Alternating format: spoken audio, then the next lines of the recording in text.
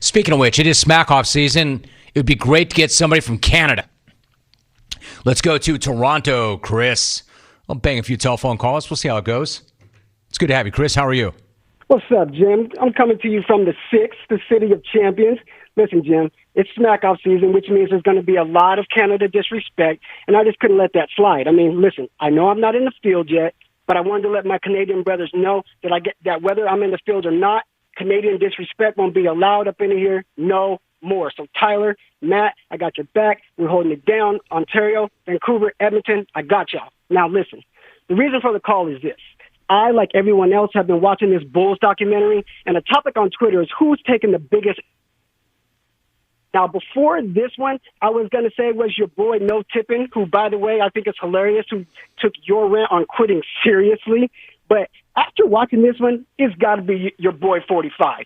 Jim, let's not be cute with this. Your boy is a bully. I hear people like, oh, no, that's leadership. And all his teammates are like, we wouldn't have these chips without him. And I'm like, first of all your teammates are still so afraid to speak against you that they look like they're on hostage videos. I mean, damn, Mike, what did you do to these guys?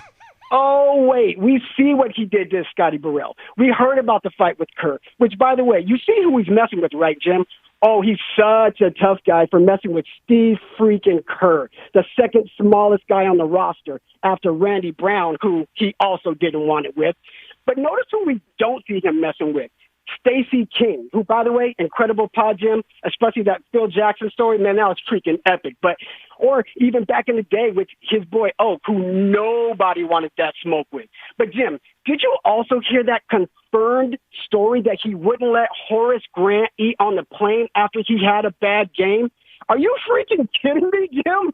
Yo, listen, I grew up playing hoop, never made it to that level, obviously. I get that there's multiple leadership styles and all that. But, bro, you telling me that I can't eat?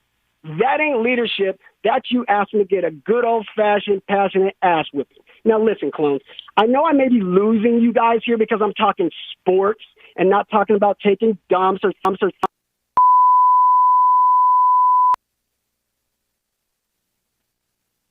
talking about Michael Jordan, the basketball player, not the actor, so as not to confuse you. No, I said I saw him on TV, but Michael Jordan, see, he's this basketball player on the Chicago. Never mind, Jim. How did this guy who knows less about sports than Hawk win like 15 racks off you? Anyway, 45 dropping a tear at the end of 7 and then saying, break. That ain't it. Mike, eat this L. That's all I got, Rome. On a serious note, warrant investigation and eventual indictment in this Ahmaud Arbery case, and war, the loud, proud home of the current NBA champs. Stay with me, clones. Oh, Canada, out. Rack him. I like it. Rack him. I'll put you on the watch list, Chris. New blood. That's not enough to get you a ticket, but it is enough to get my attention. He went the other way and made some pretty good points. He says that's not leadership. He's a straight bully. Mike's a bully. I don't agree with that, but I like that he brought something different to it.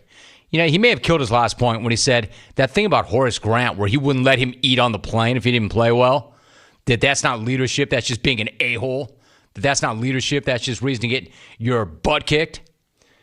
He made the point that Steve Kerr was the second smallest guy in the team, and that's the guy he punched out. Okay, first of all, Mike owned that. Mike said he felt badly about that. Mike, last night when he laid that out, he said, hey, man, like I came off the floor. Well, Phil threw me off the floor, threw me out of practice. I went down and immediately went looking for Steve Kerr. I'm like, damn, man, what did I do? Like that was a self-reflective moment that Mike actually owned. Mike goes, what did I do? I just beat up the smallest guy in the team. That's not cool. So Mike owned that. But the point that caller just made about, yeah, man, that's not leadership. That's being a bad guy. Denying a teammate food, that doesn't make you a leader. That makes you an a-hole. However, Horace was not the littlest guy on the team. Horace was not a small guy. I'm not saying that Mike would ever dare deny Oakley his food or Bill Cartwright, but Horace still went 6'10", 250. Now, I also understand that just because you're a big dude doesn't mean you're a super bad dude, and there's some smaller guys that you would never mess with. I mean, like, take, for instance, my guy Steve Smith. believe this. That's a 5'9" guy that you want no part of. There are lots of 6'5" guys you deal with before you deal with a 5'9" Steve Smith. 89, bottom line. I'm just saying, Horace, when Mike was denying food to Horace, allegedly, Horace did go 6'10", 250. Let's see. Matt in Vancouver reacts. Team Canada is signing Chris in Toronto to an entry-level deal. At Fang Fox, are my ears lying to me, Jim? Or was that a good call from America's hat? Oh, it was. That's why I got wrecked. Shady Sean 420 tweets, hashtag Team Canada. Smiley YYC tweets, nice call from the butthole in Toronto. Hashtag We the North. Butthole.